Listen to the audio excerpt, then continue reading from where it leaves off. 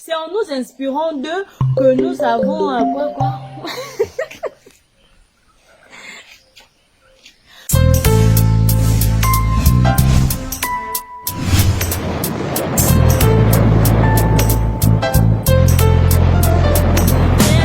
Écoute, dans le chant du vent, les percussions des tam-tams au cœur de la forêt africaine.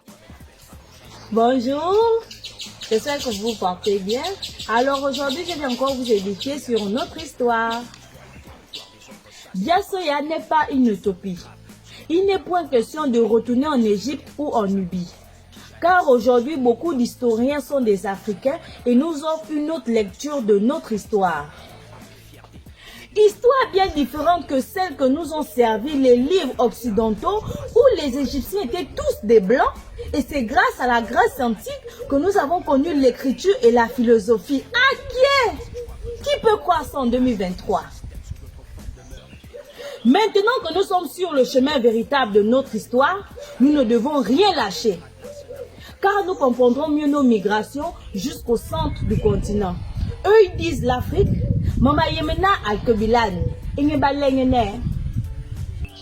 S'imprégner de son histoire, c'est aussi mieux percevoir les bases de notre spiritualité. Et le chemin que nos ancêtres ont parcouru pour arriver aux différentes souches traditionnelles qui baignent notre spiritualité africaine. Ça m'énerve même. J'ai besoin d'un peu d'eau, s'il vous plaît. La connaissance en prison, lorsqu'elle est fausse, est orientée pour servir des vils desseins. Elle rend libre lorsqu'elle est vraie, car nos ancêtres sont nos exemples. C'est en nous inspirant d'eux que nous réveillons les facultés enfouies dans nos mémoires génétiques afin de faire des choses insoupçonnées.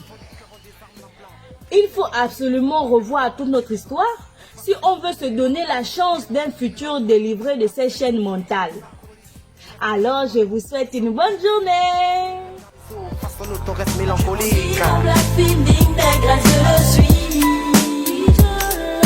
Fier de ma nature et fier de mon imagie.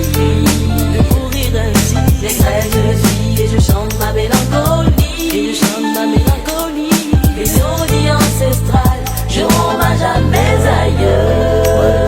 Comme un arc qui hardi, j'ai l'esprit dispo pour pas clore l'amnistie qu'on retrace. Que le passé reste dans nos psychiques gravés. Sans que ces enfoirés puissent censurer ma pensée sur le vécu scandaleux de mon peuple offensé. Manipulé sous interdent, soi-disant impertinent. À une servitude soumise pendant plus de 100 décennies.